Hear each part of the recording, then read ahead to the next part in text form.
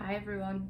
So I've got a bit of a different unboxing today.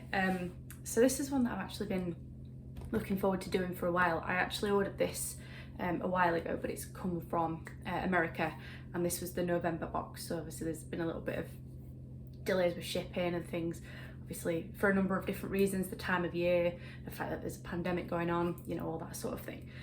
But it's here now and I'm very excited.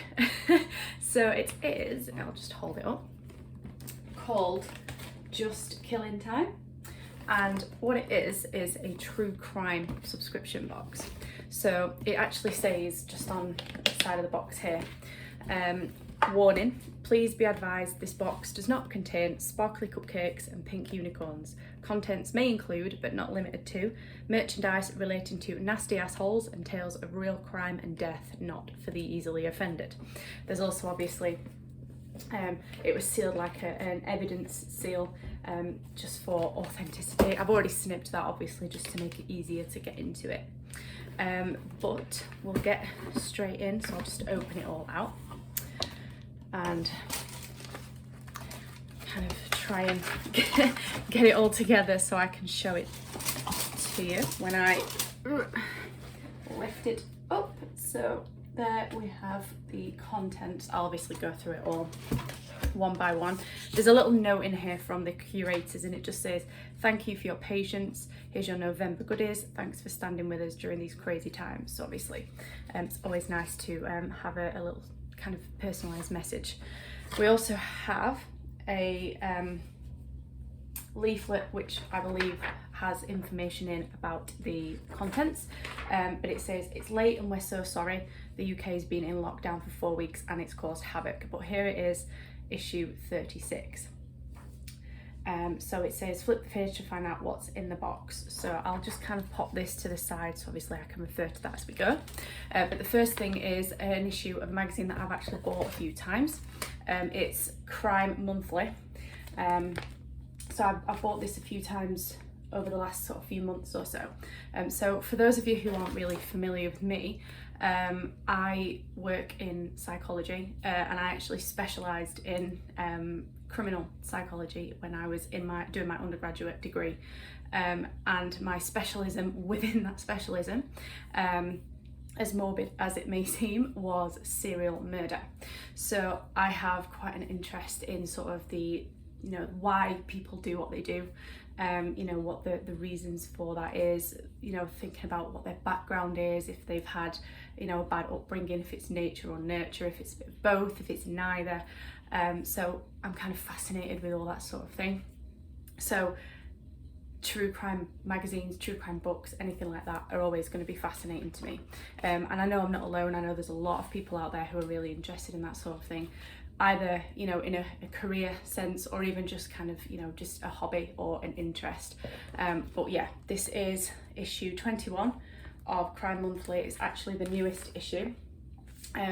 So it's obviously got details in of what I liked about this magazine was there's a lot of cases in here that are not all that well known, whereas some, you know, some books and magazines only really cover kind of the high profile people, you know, your Ted Bundys, your Jeffrey Dahmers, your Jack the Rippers, whereas these kind of have some more kind of unusual cases which you may not have heard of, which I do like. But now we'll kind of get into into the rest. I'm laughing, it's not funny, but some of the merchandise in here is kind of meant to be, you know, tongue-in-cheek, such as these socks, which are by a company called Gumball Poodle, and they say true crime all the time. So these are unisex and it says one size fits most. I know for sure they'll definitely fit me. I have tiny feet.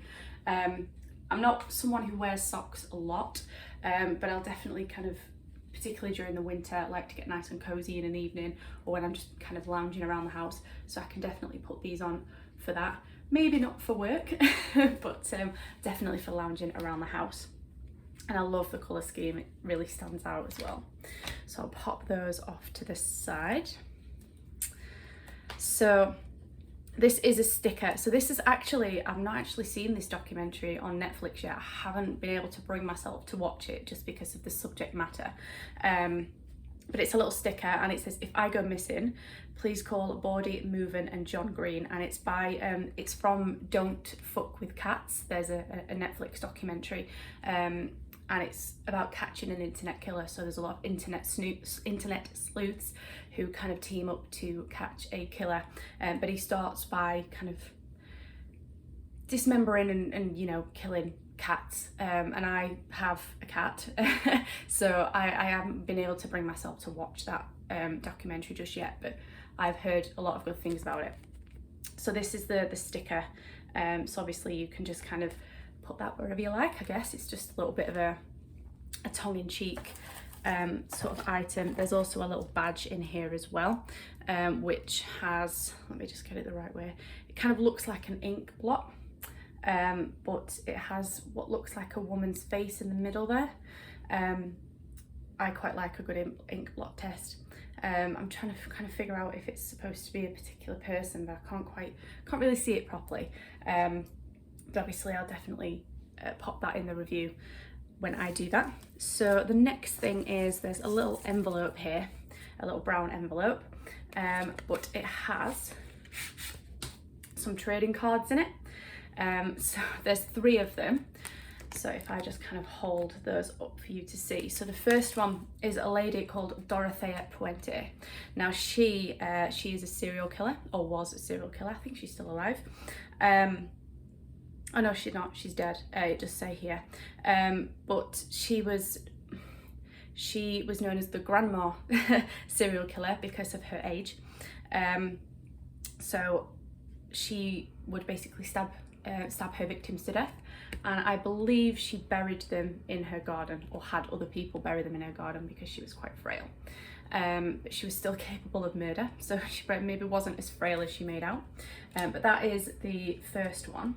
Then there's Mr. Edgeen, who again is another serial killer. Now he's a very interesting man for a number of reasons, but he was known as the Plainfield Ghoul, and he would kill his victims and make clothes and things out of their skin and their body parts. So yeah, he was an interesting fellow. So that's number 2. And the third one is Dylan Klebold. Now he was one of the people involved in the Columbine massacre that happened in a high school. I believe it was the Columbine. And yeah, it was in Colorado in the USA. So he's not technically a serial killer, he's a mass murderer because it happened all at once. But yeah, so he obviously took his own life after the shootings, but he is number 3 of those trading cards. I believe you get some every month, so obviously you can collect them as you go, but they were in that little envelope there. So then we have a book, and I'm really excited to see this because I was actually going to buy this, so I don't need to now. But it's a book, Manhunt, and it's by a chap called Peter Bleksley. So Peter Bleksley, for people who don't know who he is, was a detective. I believe he was a detective in the police in Scotland Yard, and he was also an undercover police officer as well. But he did a podcast very recently, or he's done a couple of podcasts very recently with one of my favourite YouTubers, Jaackmaate, and he appeared on Jack's podcast and talked a lot about this book, and also about some of the other cases and things that he'd been involved in over his career. And it was really interesting. It was a fascinating podcast. I'll link it in case you guys want to check it out. But yeah, basically this is called Manhunt, and it's hunting Britain's most wanted murderer. So let's just read the bit on the back. So it says 2 murders, 1 fugitive and a hunter tracking down the target. So in the early hours of 19th of June 2004, 16-year-old Liam Kelly was lured to a location in Liverpool and shot dead. The following year, another Liverpudlian, 22-year-old mother of 3, Lucy Hargreaves, was shot dead in her own home. Her partner and their 2-year-old daughter escaped after the house was set alight by leaping from a first-floor bedroom window. For more than 15 years, 6'6", broadly built, ginger-haired Kevin Parle has been wanted by the police for both murders. How could he have evaded national and international crime investigators for so long? Who is harbouring him? Author and former Scotland Yard detective and undercover cop Peter Bleksley is determined to find the answers. He's immersed himself again in the world of serious and organised crime, this time armed only with a pen, notebook and mobile phone, and he's vowed not to rest until Paul is found. This gripping story goes behind the scenes of the hit BBC Sounds podcast Manhunt, Finding Kevin Paul. So after I watched that podcast, I kind of said I wanted to get this book and have a read. Obviously now I have it, so I will definitely be, that's next on my reading list. It's gone straight to the top. So looking forward to maybe reading that over Christmas while I've got a bit of a break from work. So I'm just getting the rest of the things out from underneath these little kind of squirrels. There we go. So we also have a little bit, I think it's like an art, just like a bit of artwork, and it's I like it.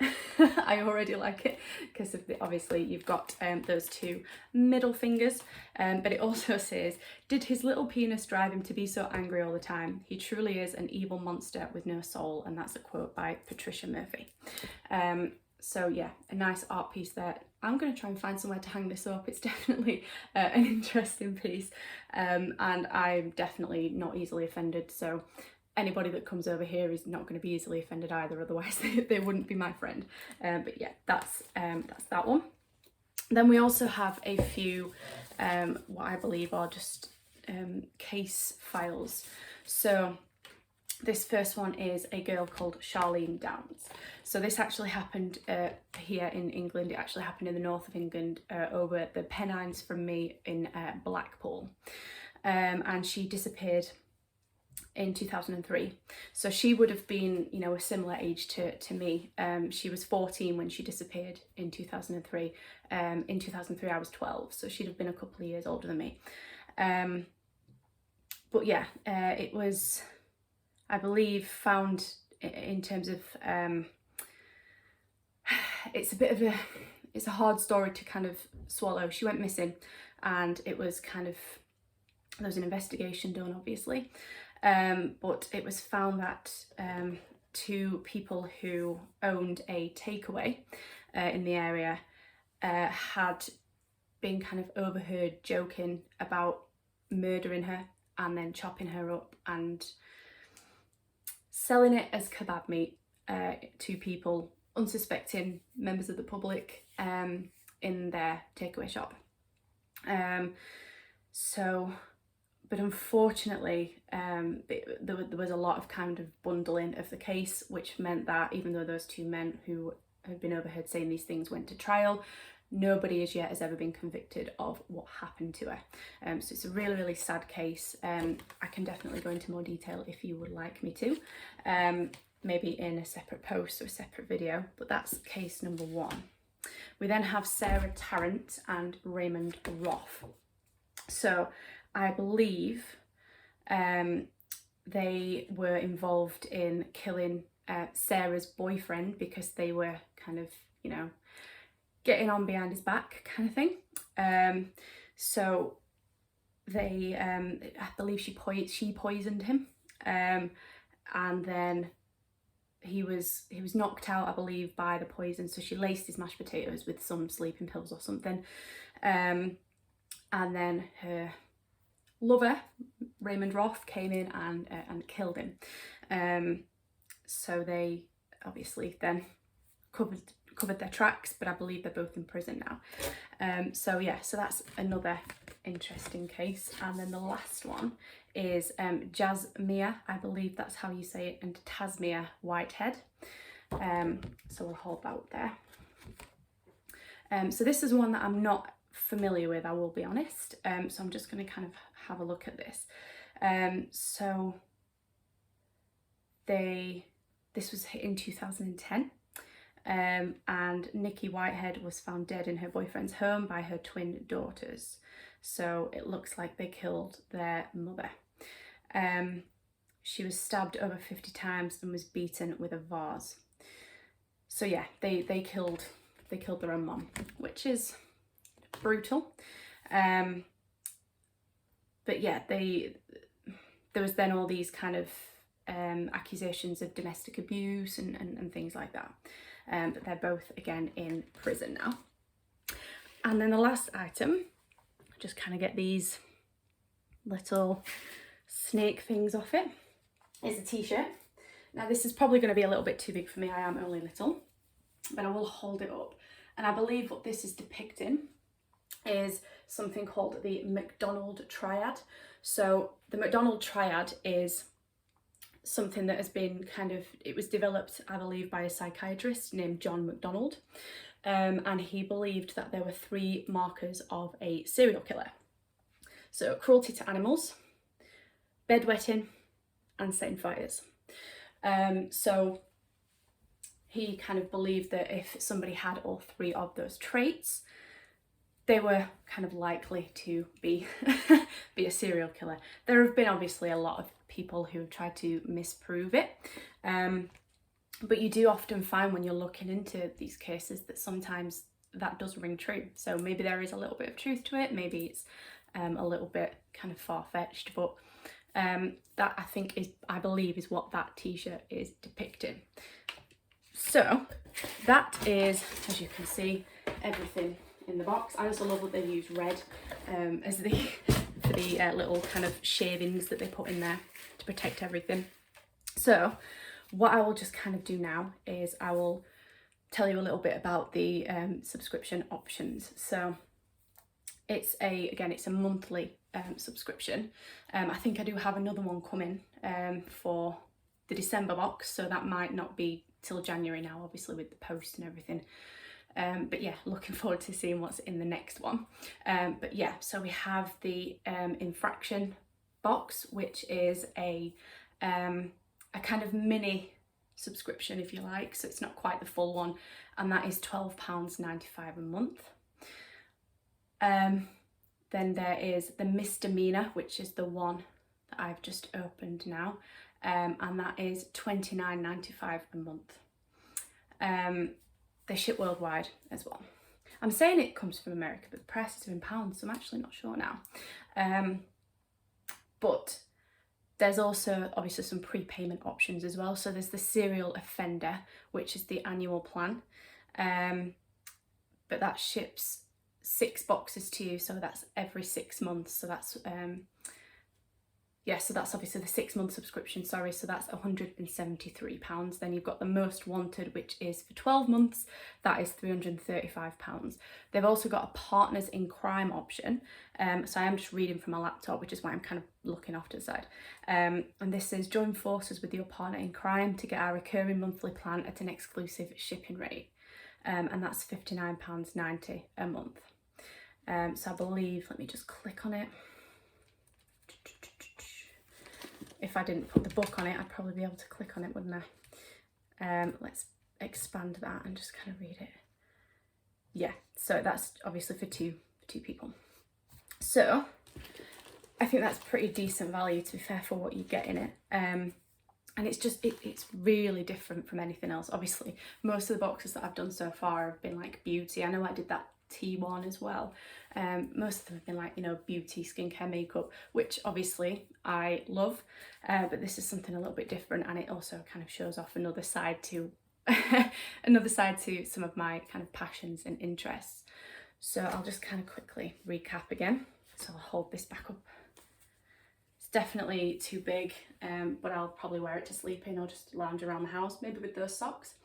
So we have that kind of McDonald Triad t-shirt. I'll just fold that nicely, try and be neat and tidy. And then there were the 3 case cards, so I'll just kind of hold those up there, pop them in. And that very kind of interesting artwork. There was the book, which I'm very much looking forward to reading. Those 3 little trading cards in the envelope, so I'll just kind of get those out and spread them out a little bit. So that's those 3. I'll slot that back in. I can never get things back in the same way I've taken them out. Then there was the badge and the sticker. So that one, the don't fuck with cats. Should probably put a swearing warning on this video. There was the True Crime All the Time socks, which feel really cozy as well actually, so I might stick those on later. And then the magazine, the True Crime monthly magazine. I also really love the illustrations on the actual insert for the box. So yeah, you've got True Crime All the Time socks, True Crime Literature, which was the book, exclusive trading cards, like Pokemon cards, except no fluffy things here, just terrible people. True Crime magazine, exclusive sticker and badge, and a kick-ass McDonald Triad t-shirt. It is the McDonald Triad. Good. I was hoping that's what it would be. And then obviously the little note that they sent as well. So all in all, I'm pretty happy with that. I'm just going to try and get this to close. Probably won't be able to because I'm useless. Let's see if we can do it. Something's getting caught. There it is. Okay. So that's why. I guess the magazine's getting caught in it. So yeah, so that's obviously everything that I was going to show you. Like I say, a little bit different, so I can kind of understand if some of you aren't as interested in this as maybe some of the others, but maybe some of you out there kind of share my interest in true crime, and I think this is kind of, you know, it's not meant to offend anybody, but equally, you know, if you are somebody that maybe doesn't like that sort of thing, then it's probably something to steer clear of. But if you do like true crime, if you are interested in, you know, human behaviour and psychology, all that sort of thing, definitely recommend that. Particularly the book and the magazine alone make that for me, plus obviously the clothing items, the case files. Yeah, I'm really impressed and I'm really looking forward to the next one. So I'll just hold the box up again so you can see. So obviously it says that was the badge just kind of dropping somewhere in the box. And it's also kind of, if I just put it up really close to the camera, you've got obviously lots of little doodles and things. So you've got like a noose and a coffin, and I think that's a ski mask, a dagger. So you've got, they kind of put a lot of effort into the design of it as well. And the customer service is really good too. So obviously I emailed them to find out what was happening with my box, and they got back to me pretty quickly, which, you know, I can't fault. So yeah, so that's everything. Like I say, a little bit something different, but you know, different is always good in my opinion. As always, any kind of questions or comments or anything, let me know, and I will see you all soon for another unboxing. Bye.